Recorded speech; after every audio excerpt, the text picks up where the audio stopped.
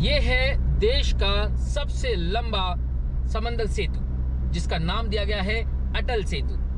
तकरीबन 22 किलोमीटर का ये जो सी ब्रिज है, इसका 16 किलोमीटर का हिस्सा समंदर के बीचों बीच बना है और इस पर गाड़ी चलाने का अपना एक अलग मजा भी है। आप जहां देखेंगे आपको बस समंदर दिखाई देगा और उसके बीच में से गुजरती हुई ये सड़क। देर रात जब ये रोशनी शुरू हो जाती है तब ये टिमटिमाने लगती है और इसकी खूबसूरती और भी ज़्यादा बढ़ जाती है। और यहाँ से दिखाई देने वाला जो सनसेट है उसकी तो बात ही क्या करें। इस ब्रिज के बनने से आपका जो 2 घंटे का सफ़र है वो महज आप 20 मिनट में तय कर पाएंगे। ये अटल सेतु मुंबई के शिवड़ी से शुरू होता है और थाने क्रीक को पार करते हुए नवी मुंबई के नावा शेवा के पास चिगले गांव को जोड़ता है।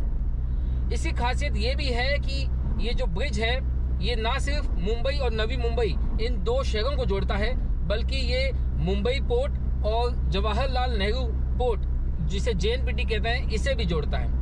आने वाले दिनों में इसे नवी मुंबई एयरपोर्ट से कनेक्ट किया जाएगा, मुंबई पुणे एक्सप्रेस हाईवे से कनेक्ट किया जाएगा और मुंबई गोवा एक्सप्रेस हाईवे से कनेक्ट किया जाएगा। यानी जो लोग मुंबई से गोवा जाना चाहते हैं उनके लिए भी ये ब्रिज किसी वरदान से कम साबित नहीं होगा। आप ट्रैफिक को अवॉइड करते हुए मुंबई से सीधे इस ब्रिज के रास्ते आप नवी मुंबई पहुंच जाएंगे और आपका सफर बहुत ही सुखद और सुहाना होगा।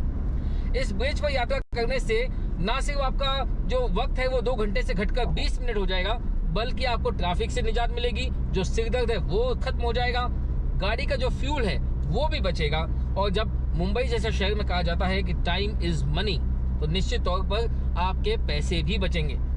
और यही वजह है कि इस ब्रिज का उद्घाटन करने के लिए खुद प्रधानमंत्री नरेंद्र मोदी आ गए हैं। 12 जनवरी को ये अटल सेतु, इसका उद्घाटन करने के बाद इसे देश को सौंप दिया जाएगा। खास बात यह है कि इससे अर्थव्यवस्था को भी बहुत ज़्यादा गति मिलेगी और ये 2 शहरों को जोड़ करके यहाँ पर जितना जो ट्रेड कॉमर्स होगा, जो इंफ्रास्ट्रक्चर जो बनाया गया है, उससे काफ़ी ज़्यादा फायदा पहुँचेगा। अगर मैं तकनीक की बात करूं तो ये सबसे लेटेस्ट जो तकनीक है, जापानीज टेक्नोलॉजी है, उसके मदद से, उसके आधार पर इस ब्रिज को बनाया गया है। समंदर के बीचों बीच इस ब्रिज को बनाने को लेकर के कई चुनौतियां थी, लेकिन जिसको लेकर के जो जापानीज इंजीनियर्स हैं, उनकी जो टीम है वो लगातार यहाँ पर भारतीयों के साथ मिलकर के काम कर गई थी। इस ब्रिज पर जब आप गाड़ी चलाएंगे तो आपको वाकई बहुत ही प्राउड फील होगा, आप गर्व महसूस करेंगे, आपका जो आपकी जो छाती है वो गर्व से चौड़ी हो जाएगी ये जानकर कि मेरे देश में भी इस तरीके का ब्रिज है, इस तरीके का इंफ्रास्ट्रक्चर है। रोजाना इस ब्रिज पर से 70,000 से ज़्यादा गाड़ियां जो है वो इस पर से गुजर सकती हैं, ट्रैवल कर सकती हैं। टोल की अगर बात करें तो सरकार ने 250 रुपये एक तरफा टोल इसके लिए निश्चित किया है। हालांकि कुछ लोगों के लिए ये टोल बहुत ज़्यादा महंगा होने लग रहा है, लेकिन सरकार का कहना है कि इसके इंफ्रास्ट्रक्चर को देखते हुए, इसके एमिनिटीज़ को देखते हुए ये टोल की रकम जायज़ है। यहाँ पर आपको हर 300 मीटर पर कैमरे मिल जाएंगे। इस ब्रिज पर पुलिस स्टेशन भी बनाया गया है। इमरजेंसी के लिए हर 5 किलोमीटर पर आप यू टर्न ले सकेंगे, अदरवाइज आप यू टर्न नहीं ले पाएंगे। गाड़ी को बीच में रोकना, उससे उतरना ये भी मुमकिन नहीं होगा।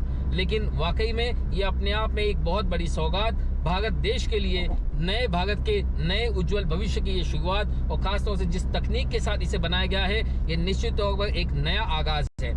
जैसे कि हमने आपको बताया कि ये ओपन रोड टोलिंग सिस्टम से भी ये व्याप्त है ये ब्रिज, जहां पर आपको टोल भरने के लिए गाड़ी रोकनी नहीं पड़ेगी। आप सरपट इस 6 लेन के एक्सप्रेस ब्रिज पर अपनी गाड़ी दौड़ा सकते हैं, जिसकी स्पीड लिमिट जो है 100 किलोमीटर प्रति घंटा वो भी तय की गई है। यानी आप बिना किसी रुकावट के 100 किलोमीटर की रफ्तार से इस ब्रिज पर आप गाड़ी चलाते हुए अपने सफर को एंजॉय कर सकते हैं। खासतौर से जो लोग मुंबई, रायगढ़, नवी मुंबई में रहते हैं, वो तो जब चाहे तब वीकेंड के लिए बाहर निकल सकते हैं, घूमने के लिए अब ज़्यादा ट्रिप बना सकते हैं। निश्चित तौर पर ये ना सिर्फ मुंबई के लिए बल्कि पूरे महाराष्ट्र और पूरे देश को एक प्राउड फीलिंग देने वाला ये एक अटल सेतु है, समुद्री सेतु है, जिसको देख करके आप वाकई में बहुत ही खुश महसूस करेंगे। अब तक सिर्फ बांद्रा वर्ली सीलिंग जो है उसको लेकर के अगर आपको लगता था कि ये बहुत ही नायाब है, तो यकीन मानिए ये जो अटल सेतु है ये अद्भुत है, अद्वितीय है। Well, absolutely incredible there. This is the Mumbai Trans Harbour Link, built at a cost of over 17,800 crore. Indian labor and Japanese technology, a beautiful combination.